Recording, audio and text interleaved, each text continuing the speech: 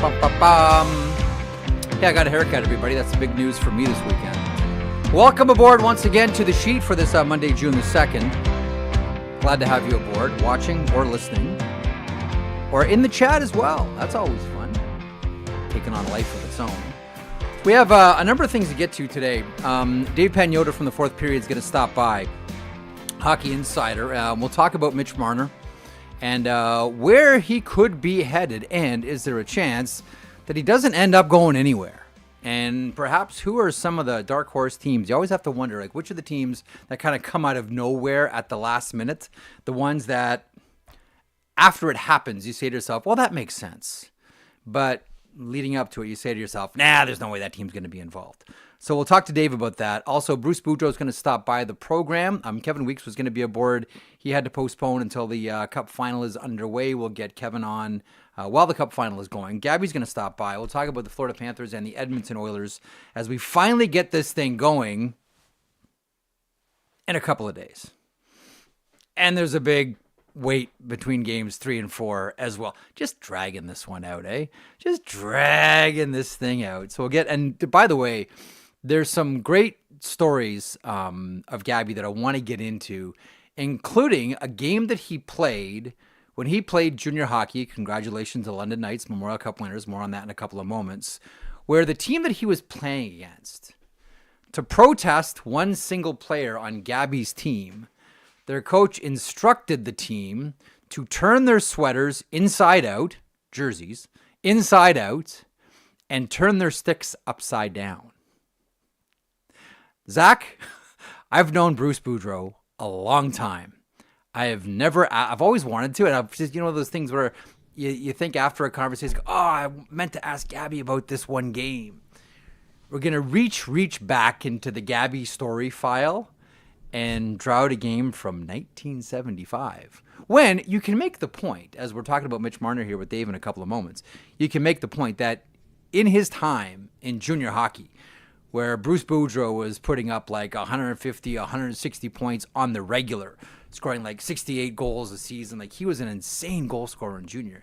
He was, in some ways, if you squint real hard, he was kind of Mitch Marner of his era in the 70s in junior hockey. And won a couple of Memorial Cups along the way in 73, 75. Wow. I know, Grandpa's telling stories again. Yeah. All right, usually whenever I hear Zach, I'm like, wow, that's usually my cue to get to our daily outline of the show today. Daily outline powered by FanDuel. Let's see if I can make it through this read without breaking my hip. Make every moment more with North America's #1 sportsbook. Those are our friends and presenters at FanDuel. Nothing really to get to for FanDuel tonight. No games until Wednesday. Dave Pagnotta from the fourth period stops by in a couple of moments. We'll talk about Mitch Marner specifically and where he could be headed and who the dark horse candidates for Mitch Marner could be. As I mentioned, Bruce Boudreau, he will stop by. Stanley Cup Final rematch we'll get into a little bit with Bruce. Some great old stories about his time with the Memorial Cup and the London Knights winning their third Memorial Cup with the Hunter brothers owning the squad. I think that qualifies as dynasty. Like, you look at all the J. Ross Robertson Cups, that's OHL championship that the London Knights have won. All the players they've graduated to the NHL who have gone on to win the Stanley Cup, to say nothing of individual trophies and awards. It really has been remarkable what the Hunters have done with London. And I know there are a lot of London haters out there. I understand. I get it. I know what you people are all about. But there is no denying that this team has been and continues to be an absolute juggernaut. With that, we'll get to the one of the lead stories of the day, and that is, where's Mitch Marner going? And this is a story that's going to continue probably until July 1st. He is Dave Pagnotta, the fourth period Hockey Insider, joins me now on the sheet. Dave, you're in Edmonton. First of all, before we get to Marner, I'm guessing like there's an electricity in Edmonton right now. It's kind of like every Saturday night in Montreal where every restaurant, every cafe, every gym, every bar, everywhere you go, they're talking about the Oilers in the Stanley Cup Final. True or false? So far, true. And there's Oilers merch and memorabilia and stickers and posters and balloons and everywhere. In the airport when you get there, to just down the street from where I'm at, the arena is just a couple blocks away. Yep. This entire area is already jam packed, and with Oilers memorabilia, Oilers colors, Oilers everything. Yeah. It's going to be nuts. This entire week going Yeah. into Game 1, at least on Monday. One of my favorite things to do, maybe you do this at rinks, maybe you do this at large hockey gatherings where there's a lot of people wearing jerseys. I always try to find the most unique jersey in the room, the one that's like Yep. the throwback, like the, oh man, look at that old Lee Fogelin oil drop jersey from back in the day. I don't know if that's a pursuit of yours, or maybe I'm just that bored, need to look for things to do. But does that sort of, have you seen any like old school Oilers jerseys yet, or are you still on the Draisaitl Not McDavid's? No, not yet, not yet. I've only been here a few hours. I got here this morning, but I do that when I go to different games. I try to find the most obscure jersey, and then B, Yes. try to find the most obscure player for the team of whatever home crowd. Like the one guy that played 20 games, and people got jerseys of that player. We're all Yeah. hyped up about it. I try to find like that kind of player. Like in Toronto, like there's a few like Brian Leach, Owen Nolan's, Sure. Ron Yeah. Francis kind of roaming around. My buddy was big on Owen Nolan, so pulled him in and got his jersey like the day after they acquired him. So I try to find like those kinds of random ones. My favorites are the one, and I'm trying to think of a good example. Like when Sam Gagner was traded, he went to Tampa. He Yeah, was a Tampa Bay Lightning for like 2 hours and then got moved to Arizona. So I'm always like waiting to see if anyone's like hipster enough to have the Sam Gagner Tampa Bay Lightning jersey. Those are always very right. quietly my favorites. Guys that were there, or like the Olaf Kolzig Toronto Maple Leafs. Like technically he was traded Right. there, but never played a game. Like that kind of hipster stuff. But I digress. Speaking of Maple Leafs, you had a couple of interesting, always good information you're putting out. The most recent involving Mitch Marner and locations where he could be headed. And I always wonder about, okay, so what are we missing here? There's always one that's sort of lurking in the weeds. But as far as you've been able Yeah. to glean and process, throwing darts at the map here around North America, where should we be looking at darts to land? I think there's a couple in the Western Conference that are going to pursue. I think one more heavily than the other, and that are both teams that Marner would absolutely consider signing with. Those two being the Los Angeles Kings and the Vegas Golden Knights. Now, I put LA ahead of the pack. I believe the Kings are one of the teams. Both of these teams are, but one of the teams that are probably propped a little bit higher on Mitch's list. I think he's got an internal list of teams that he would definitely consider, and then kind of an expanded list based on what happens July 1, what kind of offers get presented, what kind of conversations they have. But I think LA is absolutely a team and a market that he is interested in exploring, and I think the Kings are going to be fairly aggressive in pursuit of him, assuming he does in fact hit July 1, like myself and a lot of people expect. Yeah, I think Vegas is absolutely in that discussion as I agree well. with that. Yeah, It's going to be difficult because they've got some cap issues and some. They're going to have to get a lot of. They're going to juggle. They're going to have to juggle. Like sure. right now, they're shopping Nick Hague, and they've been taking calls. They've been making others, and he's an RFA. He doesn't even count towards the cap next year. So they're going to have to get Yeah. creative in how this goes. And they had conversations last summer. I know there were reports of Shea Theodore and them not wanting it. My understanding is William Karlsson was part of the discussion at one point as Hmm. well, and he's got some no trade protection. I believe that also played a factor Sure. in that whole discussion. But I think those are two, and then you're going to see teams that have the cap space that want to be aggressive, Jeff. And I think you're looking at Carolina, you're looking at Anaheim, San Jose, Chicago, and Utah.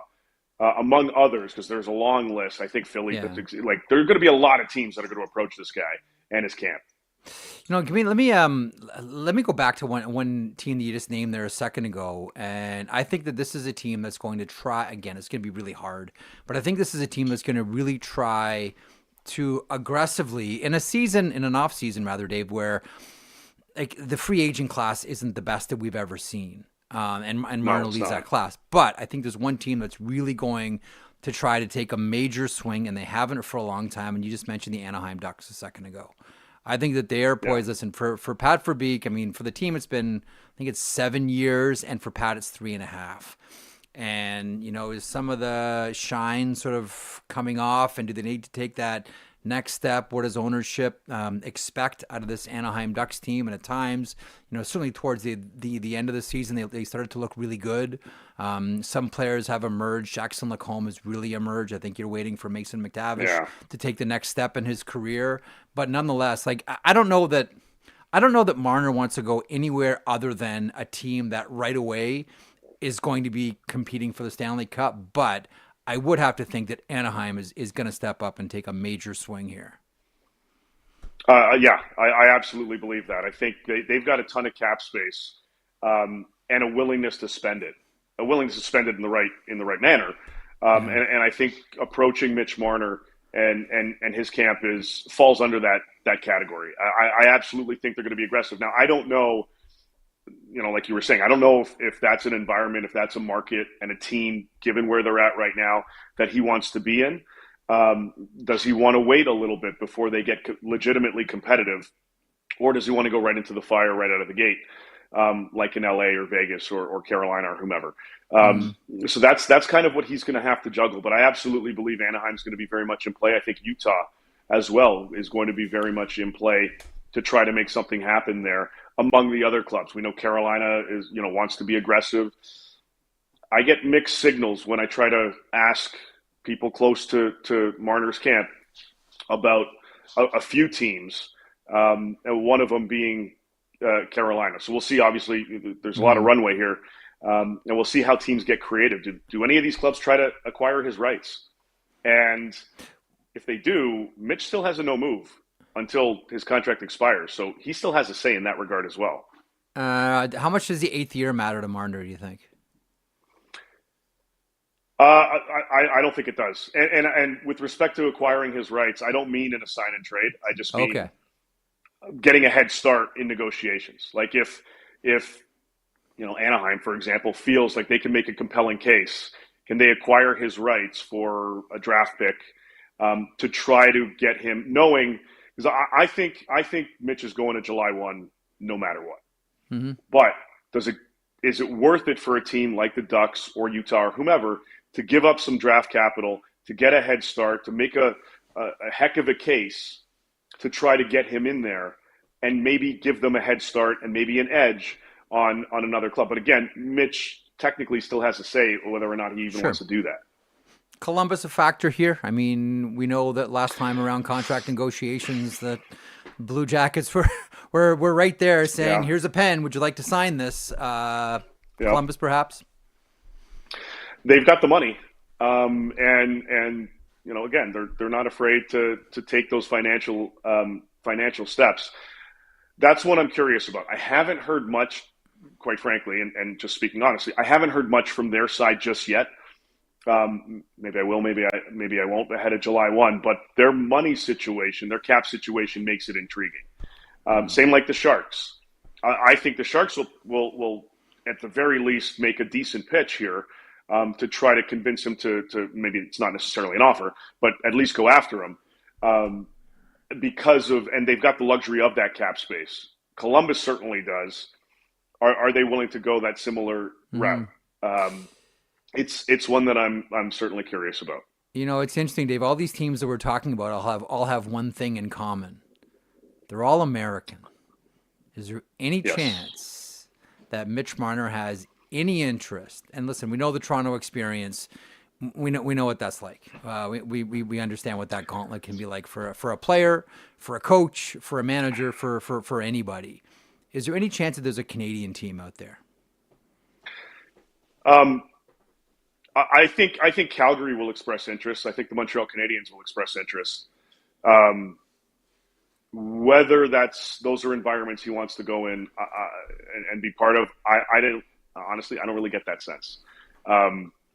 The Toronto experience, as you said, is yes, certainly something that steals a lot of the spotlight, and yes, it's pressure cooker, this and that, but so are a lot of these other markets, especially Montreal. For example, I think there are other elements that occurred over Marner's tenure here, especially lately, and as latest as this playoff run, that affected him and his family off the ice. I think there were some fans can be a little ruthless. Fans can be a little daring. Some fans take it a little too far. And I think that played a bit of a factor here for him on this latest run. And I think that's going to factor into his decision being in a market that is as crazed as that.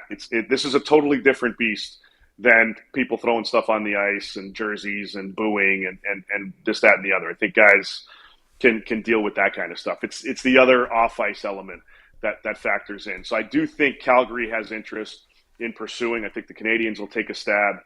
But I don't get the sense right now anyway that he's overly interested, and him and his camp are overly interested in exploring those avenues. I think a lot of it is going to be south of the border.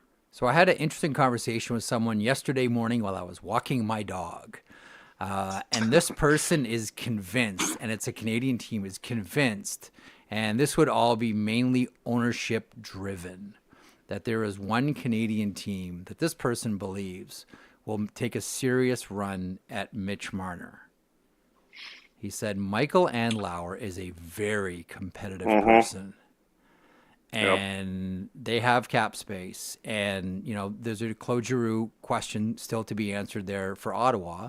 But by and large, their forwards are all done. Like, those contracts are done. He said he's of the mind and doesn't know if it'll get there, but that the Ottawa, Maple Leafs fans right now want to close their ears. Just the chaotic thought of Mitch Marner signing with the Ottawa Senators, Dave. Do you have a thought? We all know how I got to know Michael Andlauer when he was an owner in the Ontario Hockey League. I know how competitive this guy is, and the stakes are even higher here. And this would be right in the sweet spot of the bat for Michael Andlauer. You have a thought on that one? Yeah. It's twofold. It's one, you get the best player in the free agent market that just scored 102 points, and you get him the hell out of Toronto. So it's a double win for the Sens. I wouldn't be surprised if they take a stab. I think there are going to be a lot of teams that are going to call up as soon as they have that opportunity to and say, "We're serious about this. Are you going to consider us?" And maybe here's a few bullet points as to why, and then we'll give you the full package after. It wouldn't shock me if it's Ottawa. Again, every sense I get is I would be surprised if any of if Calgary, Ottawa, Montreal, barring a significant dollar value, are going to get into the serious race here with respect to Mitch Marner. I think he's set on a couple markets, or a few markets, excuse me. A couple of them I mentioned earlier. I'd be very surprised if first of all, if he stays on the East Coast of the Canadian side of things, Ottawa or Montreal, that would be very, very surprising for me. Maybe it's just Occam's razor, and it's Carolina at the end of the day. We know he's interested, and maybe Maple Leafs and their fans will say, what, he wouldn't waive to go to Carolina, and the Rantanen deal, and now he's signing in free agency. Oh, it's a double burn. Listen, and the other...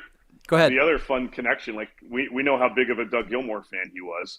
Massive. Dougie played on the Habs. Maybe that's their edge. I'm reaching. I'm being silly. Played on the Flames too. Good point. Yeah, started out there. Keep going there. St. Louis Blues. We can throw that in there. Yeah.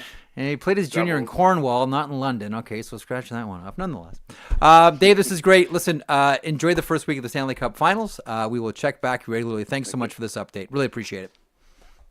You got it, buddy. Thank you. There he is, the great Dave Pagnotta, talking about the Mitch Marner situation. Maple Leafs fans want to maybe cover their ears when they hear talk about Michael Andlauer trying to grab Mitch Marner.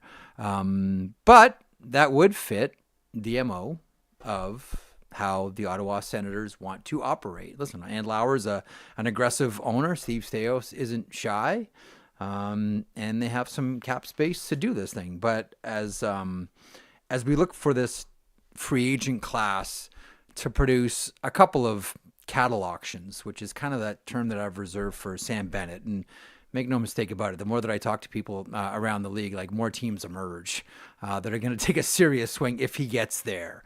And there's no guarantee that he's going to get there. But, his Cortex agent, Darren Ferris, likes to walk players to free agency, even just to have a look at what is out there. If he does get there, there are there's going to be a lot of teams. There's going to be a lot of teams that will look at a couple of free agents and will say to themselves, I know it's only 50 regular season points for Sam Bennett, but we're not trying to win the President's Trophy.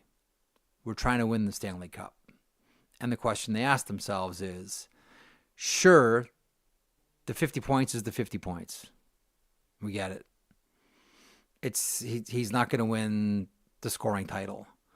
But come playoff time, that's those guys that are going to get you through.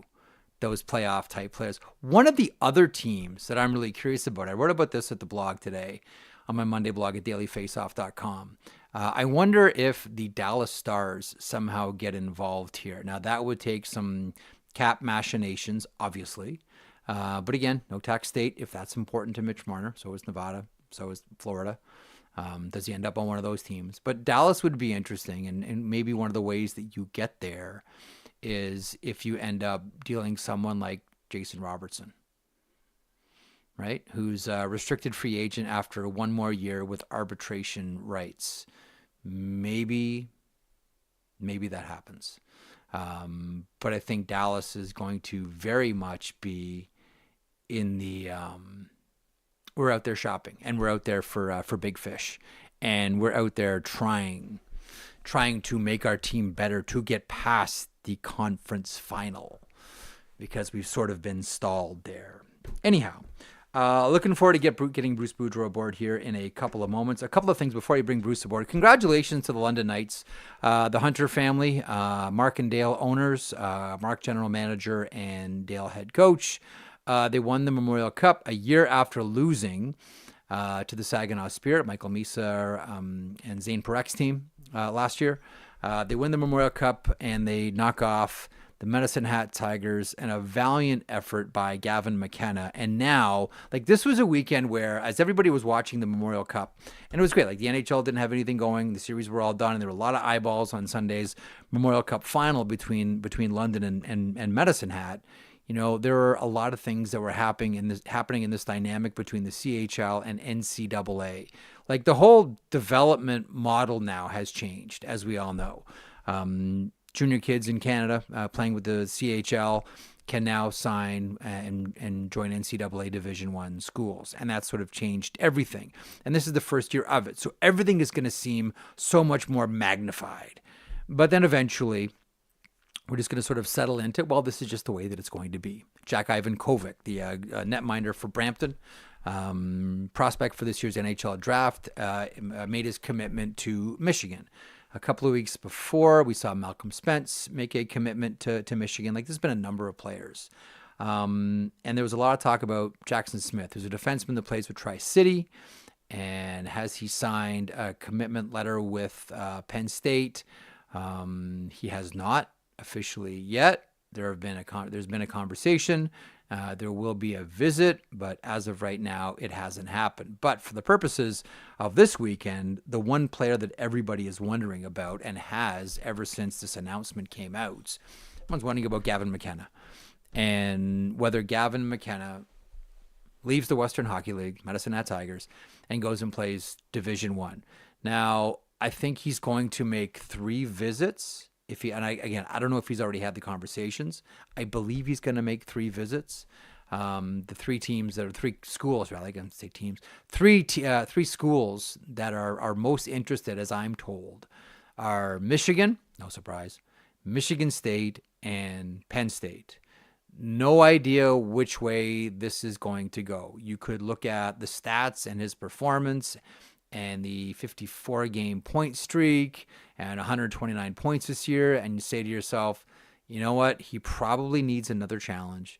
He probably needs to play at a higher level, play against older players, and test himself in his draft year, and say to yourself, yeah, he's going to Division I, Michigan State, or or Penn State. And John Buccigross put out the tweet with the picture of Kevin McKenna and beside him the Spartan, implying Michigan State. I'm told all of this is way, way premature.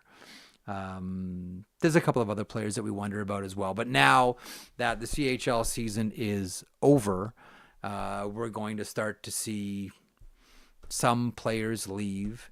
And you're also going to see, plenty of players leave other leagues, like the USHL, namely, and go to the OHL. Like there's a defenseman by the name of Callum Croskery, who is a second round OHL pick of the Sault Ste. Marie Greyhounds, played with the Chicago Steel. I'm told he'll sign with the Sioux as early as this week. He's a projected first rounder next year in the NHL draft. And Adam Valentini, who was a high first round pick of Mississauga, then got traded to Kitchener, or his rights did. I'm told the Kitchener Rangers are inching closer to signing an agreement with him. And that's another player who's projected to be a first-round draft pick next season. We talked to Dan McKenzie, the president of the CHL, about this last week. And look, there's going to be a lot of players that leave the USHL and go to Canadian Major Junior Hockey. There's going to be a lot of players that leave the CHL early and go play Division I. My thought through all of it is, and I agree with Dan McKenzie on this one, we're not going to really know what this full model is going to be, at least for a couple of years. And one thing to keep in mind too, that once a player is drafted, if they sign an NHL contract, they can't play Division I hockey, NCAA. Like that's it, it's done. And I know there are a couple of players that until the draft is over and they see which teams that they're with, will they make their decision? Like I think about, Michael Misa specifically. I don't think he's going to make his mind up at all until after the draft. There's been tons of rumors about him going back a long way, but I don't think he's in any position to make his mind up. In the meantime, our next segment and our next guest. I am so looking forward to this. This segment is a presentation of Budweiser. Budweiser is encouraging buds to make time for playoffs, not excuses. Every goal, every check, every win is better enjoyed with your buds. Phone a bud, text a bud, ping a bud, and call out their excuses for bailing on the playoffs. After all, the playoffs are the most wonderful time of the year. Make them count. When it's springtime, it's go time. It's time for us to welcome to the program NHL coach, NHL commentator, the one and only Bruce Boudreau. Gabby, how are you today? Good, Jeff. How are you today? I am doing well. I don't know. I was just talking about junior hockey before you came on. And I want to get a couple of stories in about 1973 and 1975 and some of your background in junior hockey with the Marlboros. But did you get a chance at all to watch this year's edition of the London Knights? I know it was on the NHL Network stateside, TSN up here in Canada. Did you get a chance to get a peek at that at all?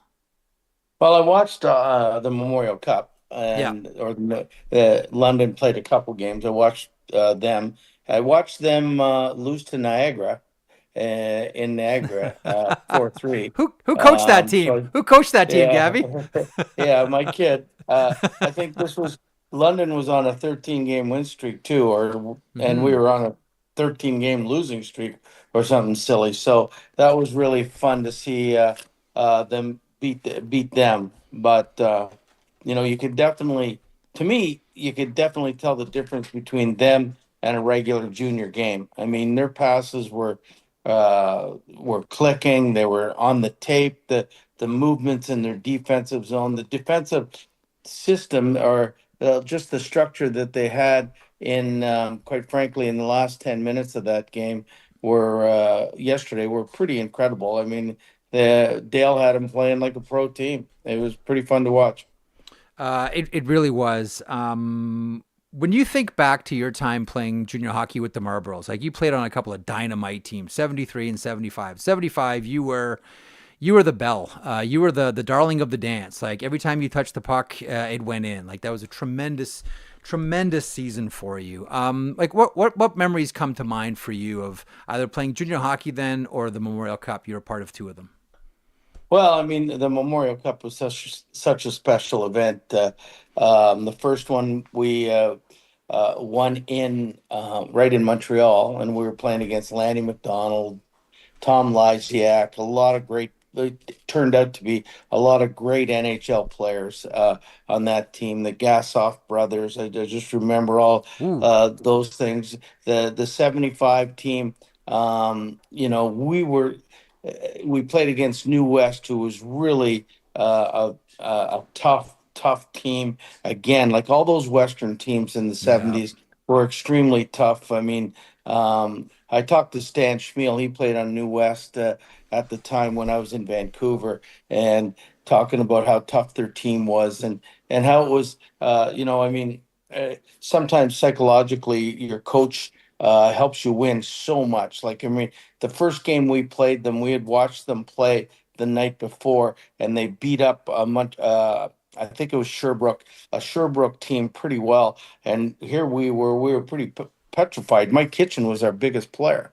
Hmm. Him and Trevor Johansson, they're both under 6 feet. So I mean, we were wondering what the heck's going to happen to us, and we were intimidated that first game, and they beat us. And then the next game, when we played them in the final, I remember George Armstrong coming in the dressing room pretty mad before the game, and he said, "Listen, tonight, I know you guys want revenge, but if any one of you fight, I'm going to never play you again." And that gave us all the permission to be scared and just to go out and play our game.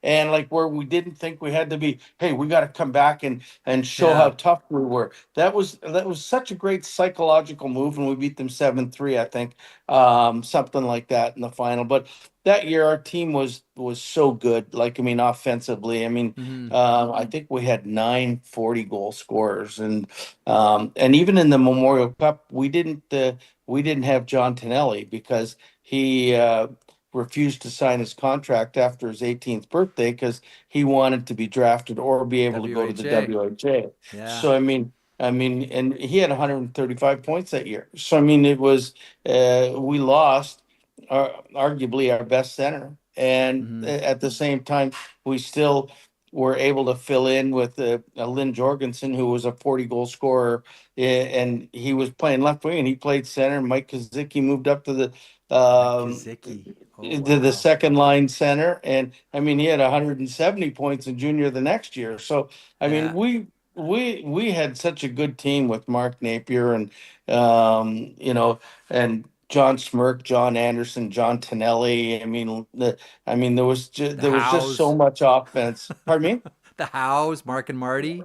In the first year, Mark and Marty Howe. I mean, uh, I remember when we won 9-1 in the finals, and Mark got 4 points. And I remember somebody threw a magazine on the ice at one time in the during the game, and he just stick handled around the magazine, went in, shot, and scored. And everybody just looked on the bench and went, "Wow, this guy's going to be something else." Like, it was the famous game, Yep. to be quite frankly, where George Armstrong locked himself in like the stick room, and he missed the first 5 minutes of the second period. I don't know if you ever heard that. He was in there having a No. smoke. He was having a smoke in there, and he shut the door behind him. And we all went on the ice, and he couldn't get out there. By the time he came on the ice, we had scored 2 goals. He just looked at the bench and said, "What do you guys need me here for?" Like that. Like as George Armstrong would. But yeah, very talented teams. I was lucky to be Yeah. part of. Listen, you were part of a couple of powerhouses there, and you're a Memorial Cup winner. I want to ask you. There's one game that Gabby, in all the years that I've known you, I've never asked you about, and this is a game between your Marlboros and Hap Ems's St. Catharines Blackhawks. And who was it? It was Mark Napier, who had signed a contract with the WHA for the year after, Hmm. and Hap Ems didn't like that. Thought that made him a pro player, so he shouldn't be playing. So now you can fill in the blanks of it. The rough sketch, the skeleton of the story that I understand is that Hap Ems had them turn their sweaters inside out, turn their hockey sticks over, and play with the butt of their sticks instead of their blades. The final score, by the way, I checked, was 14-0 for you Yeah, guys. I gave him 2 goals in the text. I don't know where that would have come from, but I mean, It's 14 Cobb. yeah. The game was played in Brantford too, Oh. which was our home away from home that year, Mm-hmm. and so I mean. like we couldn't understand, but kids our age, we're going to continue to try and play. Like, I mean, if they're going to be idiots and do that, and I don't know, but I mean, I won the scoring championship that year by a few points, but if it wasn't for this game, I probably wouldn't have won it. So I mean, it's crazy, but I mean, obviously we just yeah they were trying, but they couldn't try. They were trying to be Yeah. vicious, I think, more than anything with us in the protest. But and I don't quite know if they did it the whole game. Hmm. Something tells me that they changed halfway through or after the first period, but the damage had already been done, and their Yeah. hearts weren't really into the game. But I mean, 14-0. But you know what? That year in Brantford, we played 20 games and we averaged over 10 goals a game Oof. offensively. Like, I mean, we were a pretty offensive minded team. You know, I believe, and again, I could be wrong. I've never checked this, but speaking of games where you scored a lot of goals, what was the story about the game where you scored 5 power play goals and were still a minus? Yeah, that's a Memorial Cup game. As a matter of fact, we played Kitchener, and again, we were playing the Quebec team. We had fun against those guys. Weren't very good defensively back in the day. And we won, I think, 9-something. It was the second game of the Memorial Cup, and I got 5 goals, all power play goals, and had one of the goals scored against us. So, like, I've done talks before. We're saying, like, I mean, I was -1. Whoever goes -1 and they score 5 goals in the game. Like, I mean, You. you're either the worst defensive player in history or something strange is happening. It's a grand story, But before you came on, Gabby, I want to get to the Oilers and the Panthers here in a second. We're talking about Mitch Marner and where he could end up and what's his value, etc. I'm curious as a coach because every time I talk to Adam Oates, he always just raves about Marner, all the seductive skill, all of it. Oatesy just loves him, just loves Marner. When you watch Mitch Marner, what do you think? Like, what do your coach's eyes see? I see a lot of the same thing. I think he's an unbelievable player. I mean, the first time um, we coached against him, I don't even remember what team it was, but I remember the circumstances that I can't. I was saying after the game that he had like 8 breakaways that game, didn't score any, and we Mm, won the game. But I said that guy's a superstar. He's the best player on that team, and I still believe that he's the most talented player on Toronto. Very rarely have you seen a guy have the vision that he has from the blue line in, and the ability to pass the puck. I mean, I think everybody in the world wants him to shoot more, but yep. he's one of those guys that just he sees a guy opening, he takes more pleasure in getting a great assist than he does in a goal. And I mean, most guys are completely the opposite, but I think Mitch is one of those guys that gets more pleasure out of getting the helper. And the other thing too is he's so smart. He can play defense, Oh yeah. Yep. albeit not the best defenseman in the world, especially not the biggest one. But I mean, and he can play center, he can play right wing, he kills penalties. I mean, just overall, his brain power when it comes to hockey is Hmm. really, really good. Who are some of the guys? I'm curious because I'm sure you've seen them. I'm sure you've coached them. I'm sure you've played with them. Mm. Guys that you just couldn't coax a shot out of. I'll give you one that you coach. I'm sure there were times where you would have screamed at Ryan Getzlaff to shoot the puck more. Great I shot, would could fire it, but like pass, distribute all the time. Yeah, I would scream it, and 17,000 people would be screaming it right behind me in the stands. I mean, but he's one. Nick Backstrom was another. Mm, Nick had so many opportunities to score 30 to 40 goals, but I mean, every time he got the puck inside the blue line, he was looking for Alex. And yeah. you take him aside and you say, Nick, if you want to make Alex better, you shoot more, he'll get open more, but he was always a pass first guy. I mean, Mm. tremendous at it, but I mean, you get a little frustrated with it at the same time.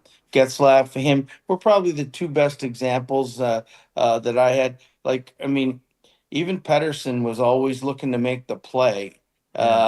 until you really had to start coaxing him to shoot. And when he shot, like the first year that I was in Van, he was started scoring a lot of goals. Then Yep. people attack him. Then it becomes opening, and he's got great vision. He'd see the Hmm. guy, and he'd give it to them. What was he like to coach? Was he an easy player to coach, a challenging player to coach? Pedersen, that is. No, he was easy. You just had to be able to communicate with him and talk to him and tell him what you wanted.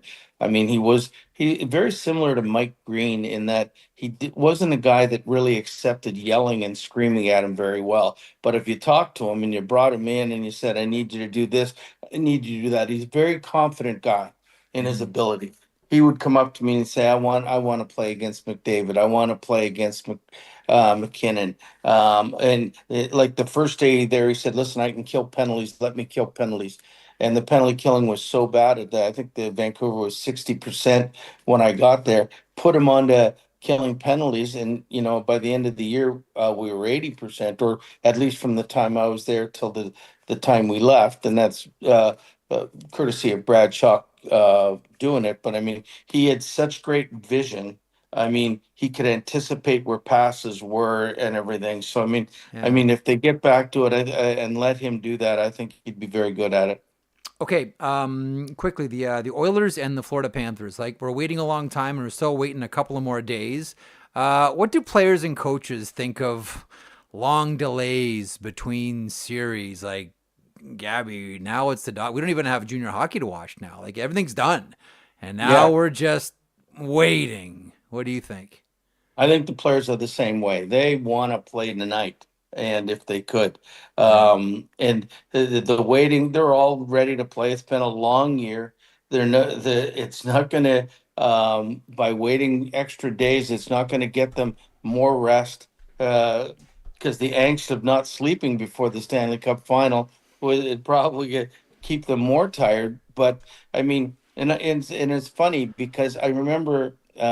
Me and George McPhee talking the one time we had beaten the Rangers in five, and we were waiting for the next series. And George had told me like and it ended up being Pittsburgh versus Tampa, and Tampa came back from a 3-1 deficit and won in seven. And he said, "When do you want to play?" And I said, "We want to play them right away while they're tired."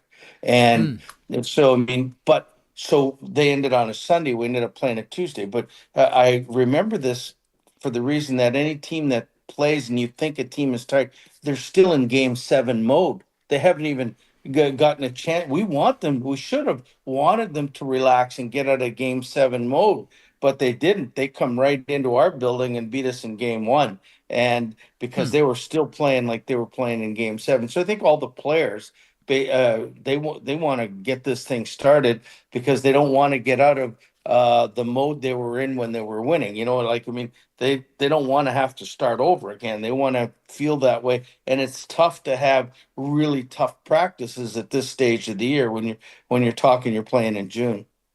What are you looking for in this series? I mean, we're all watching Connor McDavid, and listen, the McDavid this year in the playoffs. Someone was mentioning this to me the other day. Unlike other playoff series, it seems as if Connor McDavid, like we've seen McDavid try to be physical before, and you say to yourself, okay, that's not McDavid's game. You want him skating. It looks like he's finally realized other guys can do that. I'm here to skate. I'm here to make plays. I'm here to score goals. Like he's like clearly defined. This is my role. Let everyone else do the hitting. But when you look at this team and how you break it down, and Barkov just wins the Selke today, and how do you like measure up the Oilers versus the Florida Panthers? Well, you know what? To me, the series was so close last year. I think in the end, the big difference might be who's got home ice. And Florida had it last year, and Edmonton has it this year. So I think Mm-hmm. that's going to be a big difference. But both teams play the same way in that they're in your face. Like if you looked at the series with Dallas and Edmonton, there was no room to escape, and ever like for Dallas, who's a very good offensive team. They were in your face on top of you all the time. And if you look at the Florida series that they've been having, I mean, the they were like that against Carolina in 4 of the 5 games. They were like that against Toronto, especially in games 5 and 7. I mean, Oh yeah. Toronto had nowhere to go. They're just everywhere that you looked, Florida was on you. But the one thing that I really like about Florida is they remind me, and this is a stupid analogy again. Wayne Gretzky used to, when they had their teams down 5-1 in the third period, teams sort of relaxed, and Wayne would get 3 or 4 points in the third period because teams had relaxed. To me, Florida, when I'm watching them, once they had a team down, they were hitting harder and going after them harder and harder and harder. They didn't not only not let up, they kept pushing and pushing. And I thought that was what a difference that was making against any team they played. But now you look at Edmonton, they're doing the same thing. They're playing like Yeah. Florida. So I think this is going to be a tremendous series. And the shots might be 6-5 at the end of the third because no one's going to, everybody, everybody's going to be coming after them. But I mean, Yeah. I think it should be a great series for that reason. I look at these two teams and I say to myself, both these teams got better since last year. You know, both Hmm. are improved. Edmonton's deeper. I wonder if the whole thing just comes down. You know, you mentioned home ice advantage. We'll close on this one, Gabby. I just wonder if the whole thing comes down to goaltending. If everything washes and it comes down to who's going to make the last save. Too simple? Yeah. No, but I think that's where you look everywhere else, and that's the biggest thing. But the only other thing that I would add to that is Florida has Barkov, and Barkov is the best defensive forward in the league. He'll be playing against McDavid for at least you're getting him 3 out of the 7 games at Yeah. home, and I think every team that Edmonton has played hasn't had a Barkov to be able to play against him. Now, LA had Kopitar, but Kopitar's 37 years old. It's a different Kopitar. I mean, so I mean, but that would be the only big, great matchup that you want to see. McDavid going 100 miles an hour and Barkov trying to be positionally above him every shift. And you add that, and then the goaltending. You still don't. I'm still here, not knowing whether I'm getting the good Stuart Skinner or the bad Yeah. Stuart Skinner. And I Mm-hmm. mean, but you're going to get Bobrovsky. He might let a bad goal go in, or he might not be ready to play. But by the time the third period comes around, he's stopping everything. So Mm-hmm. that's. I just think it's going to be a great series, and it's going to be a good revenge series if that's Oh, at all possible. and this one, hopefully, we cross our fingers, has 7 games written on it. Let me end on this one. One of the things that I'm most impressed by with the Florida Panthers, like there are players that are good skaters, like Gustav Forsling's a good skater. But there's really not. It's not a team of burners. Like no one's gonna compete with Connor McDavid, and even on Edmonton. Like yeah, Connor's exceptional. Kasperi Kapanen can fly. But what really impresses me about Florida is no one's winning a race here. They just No, compete harder than everybody. You know, we just keep saying, "Oh, yeah, bad boots, can't skate, too slow." All that.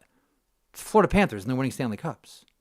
Like, do we put yeah. too much of a premium on fast feet in the league? Well, I mean, sometimes we do because Corey Perry skates the same way as he did when he was 18. Uh, Yep. and, like he seems to be having a pretty good playoff right now. Yes, he Uh, does. so, I mean, he's having, you can't take away the smarts and the positioning. If this was boxing, those guys that on both teams that aren't great skaters, they know how to cut off the ring, Yeah. and use their angles and things. So, I mean, it's really, but you're right. They're not the fastest team in the league. But I mean, you know what? They have an awful lot of smart players, and I'll take the smart players who know how to play positionally over the fast players that just skate 100 miles an hour. I used to see some players that could skate so fast when I played, but they Yep. couldn't think, and the only thing that stopped them were the end boards. And I don't think that's the case Oh, just like that, Gabby froze. right here in this series coming up. And then when they had the puck on Oh, the really? stick, I froze? oh no, you're back. No, you're back. You Sorry. just froze for a couple of seconds. Okay, I'm just gonna throw in the punchline, and it looks like the puck had corners when it was on their stick. They could fly, but you put the puck on their stick, and you swear it's a rectangle, not a circle. I agree. Gabby, thanks, pal. Always good catching up. Thanks for sharing some great stories too about 73 and 75. You'll be good. We'll check in regularly. They were great memories. We'll talk soon. There he is, the great Bruce Boudreau. How about that one there, Zacharoo? Turn the sweaters inside out, turn the sticks upside down. We're protesting. That's a good one. I like the getting locked in the locker room. Having a smoke. George Having a Armstrong. smoke. Yeah. It's not just that he got locked in the locker room. There was a coach that I had playing minor hockey who got locked in the locker room one time, but he was not having a smoke. I can tell you that. Oh, yeah. What was he doing, Zach? Yes. Using the facilities, and he got forgotten. Oh, you don't say. Like George Armstrong, bless him. Like such a wonderful guy. I'll never forget when TSN was doing the draft, that pan by the Maple Leafs table where he popped out his false teeth. Did you ever see that? You ever see that one where he popped out his false teeth on camera? That is only outdone by my. Did I ever tell you about the Met Center draft with the Maple Leafs? Did I tell you the story? Harold Ballard? No, I don't think so. Oh, man. I can tell this. So it's 1990, the Minnesota Met Center draft, and John Wells and Bill Waters. Billy's the one that told me this story when I worked Leafs lunch with Bill. They're doing the draft for TSN. It's not the big production that it is now. So they're at the Met Center, and they open up the opening shot of outside the Met Center, and they come inside, and they're going table to table to table. And that would have been Matt Sundin draft, I think. So Quebec was picking first. Anyway, so they're going through all the tables. Here's the Los Angeles Kings. Here's the Quebec Nordiques. Here's the Montreal Canadiens. Here's the host Minnesota North Stars, blah, blah, all the way down. And here's the Toronto Maple Leafs. And the TSN camera goes by, and all the Maple Leaf scouts and everybody has their feet up. All right? Has their feet up on the table. Okay. Everybody. And so John Wells says to Waters something along the lines of like, what are the Maple Leafs doing here? Like, what is this? And Bill says, he stammers out, it's like, oh, it's a cocky bunch. They probably have like some secret pick that I think it's like Drake Barahowski from North Bay. Anyway, and so he just like bullshits something. And then Waters says he goes up to Tom Watt, who would have been one of the scouts with the Maple Leafs at that time. He's like, what are you doing? Like, our cameras come by. You guys all throw your loafers up on the table. And he goes, oh, it was so bad. So Harold Ballard, the owner, who's in a wheelchair at that point in his life, late in his life, he was going to pass away a couple years later. He's at the head of the table, and he's pissed off that the Minnesota North Stars have put the Maple Leafs table as far away from the washroom as possible. And he's got to fire one. And so as the cameras are coming by, Harold's like, all right, feet up, boys. And sure enough, out comes the rope, and he has a squirt on the floor at the Met Center at the draft.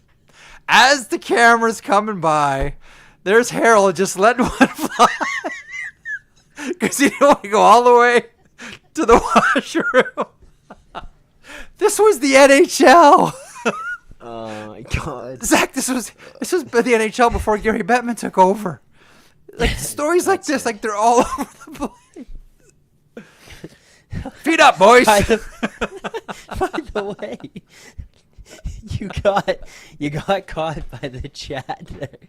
What? Producer Vic, waited. Producer Vic pointed it out. Yeah. Merrick, suit jacket and shorts. Yeah. Nick Davis says Jeff's legs make their sheet debut. It's I my, saw you know, it and I just didn't say. You know what it is? It's my old Peter Mansbridge, the National look. I got the suit jacket and shorts. It's a good look, eh? That's a good one. It just that story and your legs making their debut on the show. One day at the table. One day I'll tell you this. I'll tell you the story about. That's unreal. I had one day. Remind me to tell you the waxing kit story. You're talking about legs. I'll tell that one when we're really bored one day. We'll Here on save the show, that. we have, We'll save that. Yeah. Save that one. That's good. I also have a fun fact for you. Oh yeah, does it beat Wizard on the floor of the draft? No, not even close. I kind of okay. don't want to tell it, but I think I have to at this point. Go for it. There are two players who are playing against each other in the Stanley Cup Final this year. Yes. Whose parents played Junior A hockey together in 1981. Tier 2. Oh, wow. Whose parents did? Mm-hmm. Whew.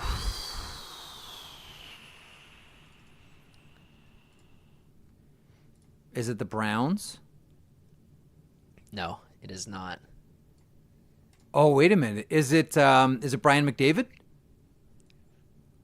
No, it is not. Who is it? It is Brad Marchand and Evander Kane, 1981 for the Dartmouth Arrows. Yep. And then his How family cool is would have that? and then his family would have moved to British Columbia because I think he was Vancouver born. Kane Correct. was. Really, eh? Well, that's a good fact. Yeah. Well, that's a good Yeah. one. Yeah, I mean, I saw that one online here, but hold on, I got a picture for you. There we go. No way. Oh, I love that. Yeah. Oh, man. Middle row, one Kevin of the Marchand. comments- Yeah, look at that. But the comment said Brad Marchand's dad just looks like Brad teleported back in time. And it's kind of hard to tell in this picture. I tried to get it a little closer, but it literally is just Brad Marchand.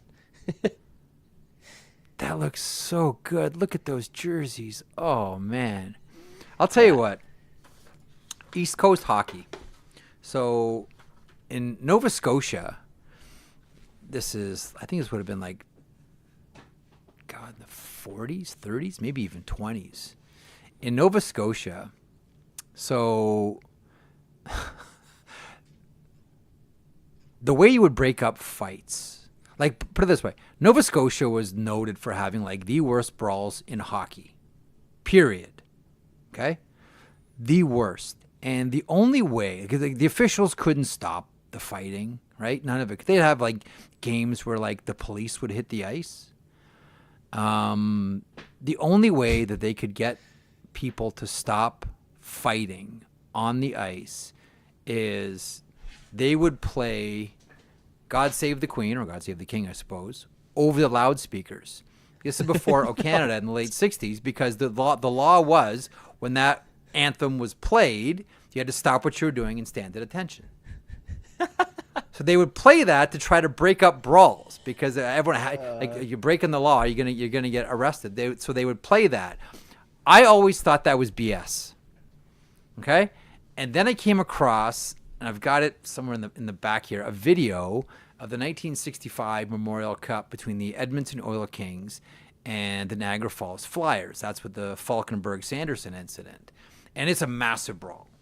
Like, Derek Sanderson clocks Bob Falkenberg. He's out. He's unconscious, and Turk gets on him and keeps hitting him. Cops hit the ice. I showed this to Bob McGill. Okay, and Bob McGill said, my dad was at this game. He always told me about this, and I never believed him, at the old Edmonton Gardens. And sure enough, as the cops are hitting the ice, and people going, Craig, everyone's fighting. It's crazy. And one of the linesmen already has like a bandage on his hand from a earlier incident breaking up a fight. It's chaos. It's the like one of the most chaotic brawls I've ever seen. I'm watching this a couple of times, and then I realize faintly in the background, they're playing God Save the Queen. As they're trying to get everybody to stop fighting. Like, shit, that story's true. It's actually a true story. Imagine playing the anthem to try to get people to stop fighting. That's the legacy. That's the legacy of Nova Scotia, folks. That's good. In the Aurora Community Center, where the Aurora Tigers play, they have a massive. I would assume it was like a painting that got copied into a blown up size picture of the Queen. Oh yeah, Peterborough. Between the. Do they have it in Peterborough too? Yeah, Peterborough. Who was it? The lead singer from Skid Row. His mom painted it. Oh, really? Years. Yeah. Oh, Peterborough. Yeah, but it was famous. The most famous one was at the old Winnipeg Arena. Okay. Which I think might be still in storage. But Peterborough was the same. Yeah. The Burke family. Oh yeah. A lot of rinks used to have that. Used to always have pictures of the Queen everywhere. Interesting. It's kind of fun. That's funny. Hockey, Funny man. Not to get them to stop fighting. Yeah. Jesus. Play God Save the Queen. Stop, boys. Oh, boy. Stop fighting. Stop all this. Stop all the rough. Okay. Let's get into a couple of more things here we have to get into. Man, we've had fun today. I woke up this morning, I'm like, what the hell are we going to talk about on today's show? Next thing you know, I'm firing my gams on the screen, and we're talking about Harold having a squirt, and playing God Save the Queen. All right, time now for the Crispy Inbox, presented by the Ninja Crispy 4-in-1 Portable Glass Air Fryer. Meet the first of its kind, the Ninja Crispy Portable Cooking System. The power of a full-sized air fryer in the palm of your hand, so you can cook big or small batches. Just prep it, crisp it, serve it, and store it all in one. Okay, it is an all-in-one system that includes 4-quart, 6-cup Tupperware glass containers and 2 storage lids. The Ninja Crispy is thermal shock resistant and can go from frozen to crispy in minutes. With the Crispy Power Pod, you get the power of a full-size air fryer in the palm of your hands. The 4-quart container fits 4 pounds of chicken or veggies. Cook a personal-sized meal in 7 minutes with the 6-cup container.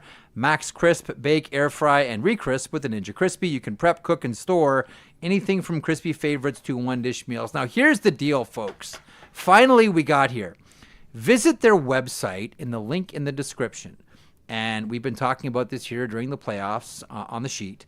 Now it's time for you to win your very own Ninja Crispy 4-in-1 Portable Glass Air Fryer. All right, you ready? All you have to do, head to our Instagram page to find our contest, sign up. Follow at Ninja Crispy Canada and reply with what kind of dish you'd like to cook in your Ninja Crispy.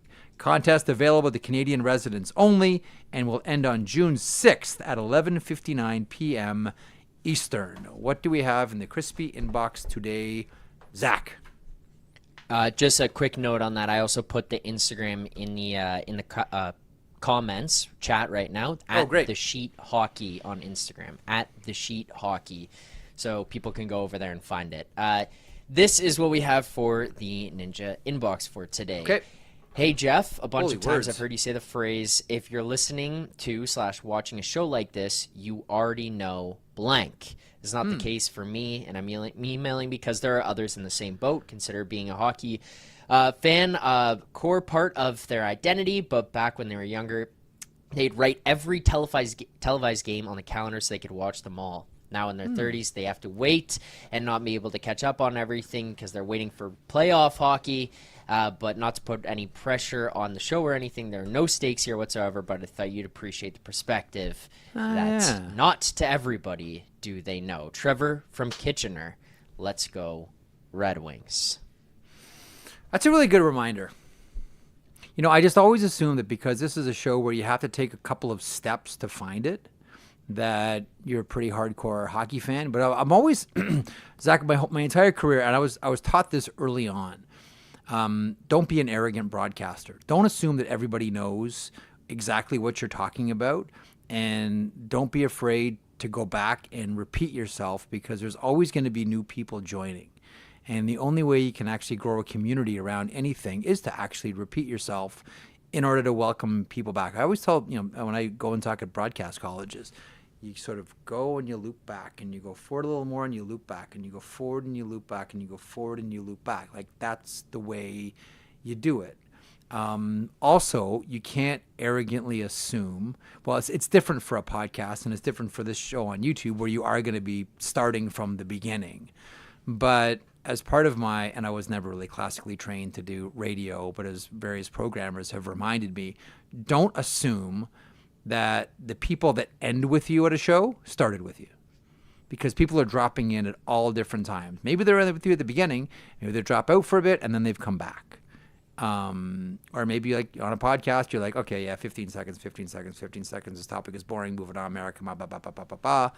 And I've always been reminded, like, don't be shy about going back as far as your content goes, and then stretch it out even more and then try to make different points. That's a really good point too, that I shouldn't be so arrogant to think that everybody follows hockey as closely as you and I do, or a lot of people that listen or watch or in the chat.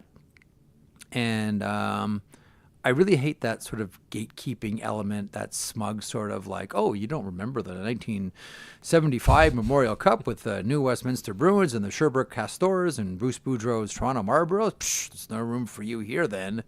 No, like I don't ever want to be that guy when it comes to broadcasting. So that is a very good reminder that I will stick in my hip pocket. I think it's a really good point too. I think it's a good point for everybody. Don't assume that everybody has had the exact same experiences that you've had, or has read the same amount of books, or watched as many dumb hockey games, or wandered through the Hockey Hall of Fame writing notes like some other loser in Toronto on the West End did when he was 7 or 8 years old. What are you giggling have at? Something I was given, and I needed to show you, but I forgot. I don't have it right here in my hand right now. So punt. I was given by my can parents. tap dance. What were you given by your parents? These books that I was, and I don't know why that just clued into it, because you're talking about these random things, like old hockey facts and stuff. They gave it to me yesterday to bring back here. And what do you got? Go grab them. I was flipping through them. Here, hold on. Go grab them. I really want to see this. Okay, so he's put me to full screen, so he's going to go and find these great hockey books. Like the pressure's on here for Zach to come up with something really big here. Great hockey books is a stretch. Well, what is it? Okay, so I This have. is from your parents? Yeah, they were in my house, and they gave them to me to bring back and read through. I don't know where they were, but so I have this one. It's called "What's the Score?" Oh, that's Liam McGuire. That's a great. I have that. It's a great trivia book. Anything Liam McGuire, that is like the Cadillac of trivia books. Liam McGuire's the best out of Ottawa. Great guy. I haven't read trivia through these, expert. but Liam's awesome. Awesome. This one is just. This one's gonna make you laugh because I have it. And it says for kids, but it could say something else. Hockey Trivia for Kids by Eric Zweig. Eric Zweig, great hockey historian, part of the Society for International Hockey Research. He wrote. I started flipping through, and I'm like, I'm going to hit you with stuff over the next couple of weeks. And you're like, whoa. Hockey Trivia for Kids? Yeah. The California Golden Blanks. Oh. Okay. Yeah. Yeah, so those are the books that they gave me. Second. I have one of Eric's other books, because he's like Eric's a noted hockey historian, and for me this is Eric's best book. I highly recommend this one about Art Ross. This is one of the best and most interesting hockey books you will ever read. That's funny that you pull out one of Eric's. I'm a huge fan of Eric Zweig. He's a noted hockey historian. And like a real, honestly, when it comes to like hockey history, this guy's a real treasure. But his book, Art Ross, the hockey legend who built the Bruins, really helped build the NHL and the Nets and the pucks. And actually, here you go, pretentious guy. In the 1920s, when scoring was like way down in the NHL, he hosted what we later came to know as the Shanahan Summit, coming out of the lockout 204-05. Art Ross was the first one to do that because a lot of games were ending in scoreless ties, and they needed to find a way to sort of juice the scoring by changing up the rules. He hosted the whole thing, Art Ross, and his name is still on a trophy. Oh yeah, Art Ross is a fascinating figure in the history of hockey. So that's cool that you have one of Eric's books. Yeah. Yeah, I went home to see my parents this weekend, and they had stuff for me to bring back here, including coffee pods and some other stuff, taking care of me. And then there was these books, and I was like, oh, cool. I'm gonna start reading through everything. And I'm gonna start hitting Jeff with stuff. Yeah. Yeah. Oh wow. John, look at that. The first page I flip open to. Oh yeah. Would you look who that is? What year is that? We don't have to worry about that. So we'll close that book back up. Oh, that's awesome. John Bankard just mentioned books and get Jeffy stories. Yeah, I'm a sucker for it. I've grown up. There's been a lot of important stuff that got kicked out of my brain to make room for all this hockey nonsense. Yeah, same. It's really embarrassing. How do you get through a day, Marek? Don't know. No clue. Really don't.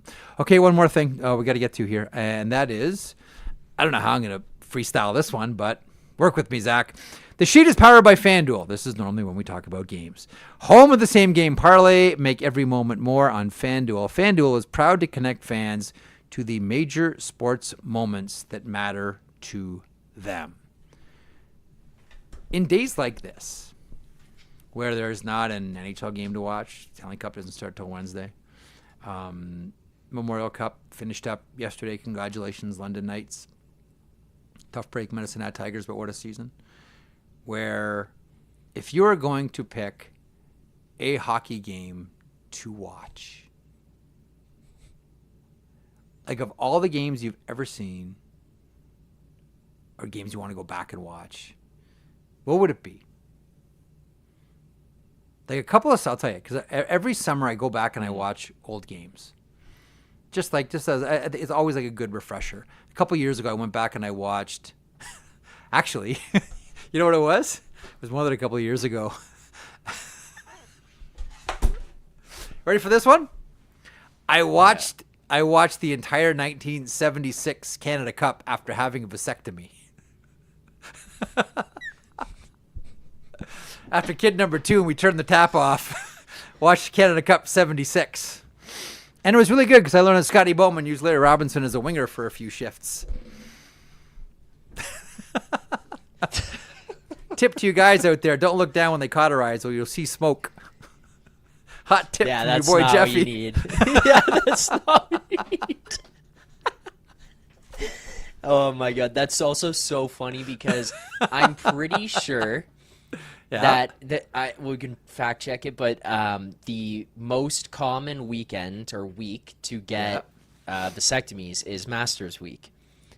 That doesn't apply to you. Oh man, that does not apply to you. Summer NHL reruns. NHL reruns, yeah. Well, that's Canada Cup. Wasn't even NHL. Yeah, I know. But you know, I have a really good vasectomy story. You want to hear it? Oh God, sure. I'm sure this wasn't what FanDuel had in mind for this segment. No, I don't think so. FanDuel, listen, these are great people. Like, we love, like, they're so supportive. The FanDuel people are awesome. We just have no games to talk about. So I'm going to tell. The email I'm getting is like, that was great. Maybe not again. I'm going to tell a vasectomy story. So when I started at Hockey Night in 2007, PJ Stock was just starting at Hockey Night on TV. And I was doing Hockey Night in Canada Radio and doing some rinkside. And so one of my first weeks doing Hockey Night in Canada Radio on Sirius, I had PJ on. And so I'm talking to PJ, and he's in Montreal. Montreal factors into this big, if you know anything about Montreal. So I'm doing the interview with PJ, and we're talking about the Habs. And every couple of moments, PJ's like, like he's like grunting. Like, oh, he's like, oh, as he's talking about the Habs. Oh, Stefan Quintal, Andre Markov. He's grunting, right? And so we get through the interview, and I finish off, and I hop on my phone as I'm going home. I'm like, PJ, like, what the hell was that? He goes, oh, dude, I'm so sorry. I totally forgot. I didn't want to, like, I'm just new here, so I didn't want to cancel on you. But I forgot, like, that today was the day I was getting a vasectomy. And I just finished, and I was being driven home, and I had, like, an ice pack on. And the Montreal, if you know anything about Montreal streets, like, Montreal streets are the worst. Like, it's just nonstop construction, pothole after pothole after pothole. And he said every time we went over a pothole, it just killed. And so as he was talking to me on Hockey Night Radio doing this interview, he'd be going over these pothills. He's like, oh, as we're talking about, I don't know, DiCarbino coaching the Habs or something. I don't know. He goes, yeah, sorry if it sounded really bad. So that is my PJ Stock talks on Hockey Night in Canada Radio after having a vasectomy story. All part of it presented by FanDuel. FanDuel, we love you. FanDuel, you're awesome people and a tremendous service. We really do love you. We have no hockey games to talk about, so we're just going to tell vasectomy stories for this one. I'll come up with something fun tomorrow. I was looking through some FanDuel stuff. Yeah. I'll come up with something fun, and we'll take a look, and we'll see if we can get creative here and think about some vasectomy stories wasn't creative? Done on the spot? I'm talking about FanDuel specific. Oh. Yeah. Gotcha. Yeah. Right, I hadn't considered that. Anywho, well, that was fun today. I had no idea what was going to happen today. Thanks so much for being part of it, and everyone who stuck around here in the chat. Breehound, let's calculate how much Jeff got paid to tell that story. So bad, I know.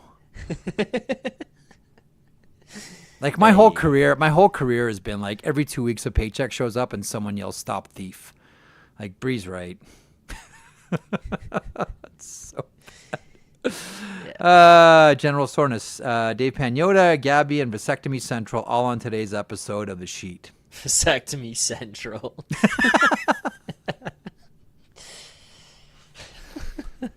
It's like, just thinking of like explaining to people what I do. Yeah. Not much. What we're doing right now, it's not much. I watch that. You know that thing I like to watch and play. Yeah, I just talk about that. Just go and okay. talk about it. You don't actually do anything. That's you a just job? talk about things that other people did. Yeah. Yeah. That's pretty much it. That's what I do. And then I say thank you to everybody in the chat. And thank you to everybody watching on YouTube. And thank you to everybody who downloaded this one and listened on your favorite podcast platform. Thanks to Bruce Boudreau for stopping by. Again, thanks to our friends at FanDuel.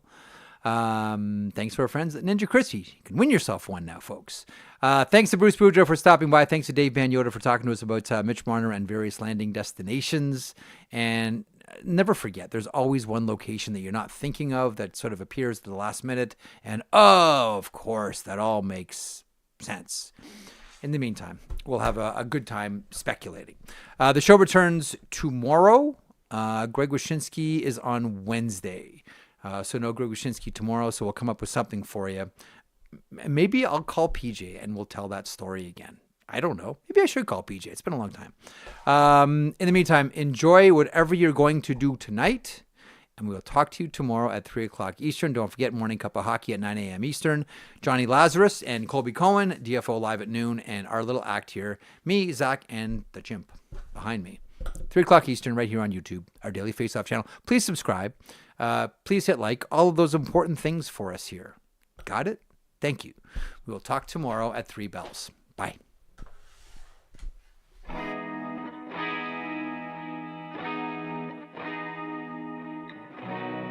If you enjoyed that video, and we certainly hope that you do, please hit the subscribe button right there here at Daily Face-Off. I will put this lineup up against any hockey lineup anywhere. It all gets underway at 9 o'clock Eastern with Morning Cup of Hockey. That is Johnny Lazarus. That is Colby Cohen. Then at noon, it's DFO Live. And then 3 o'clock Eastern, The Sheet. Get caught up on everything in hockey.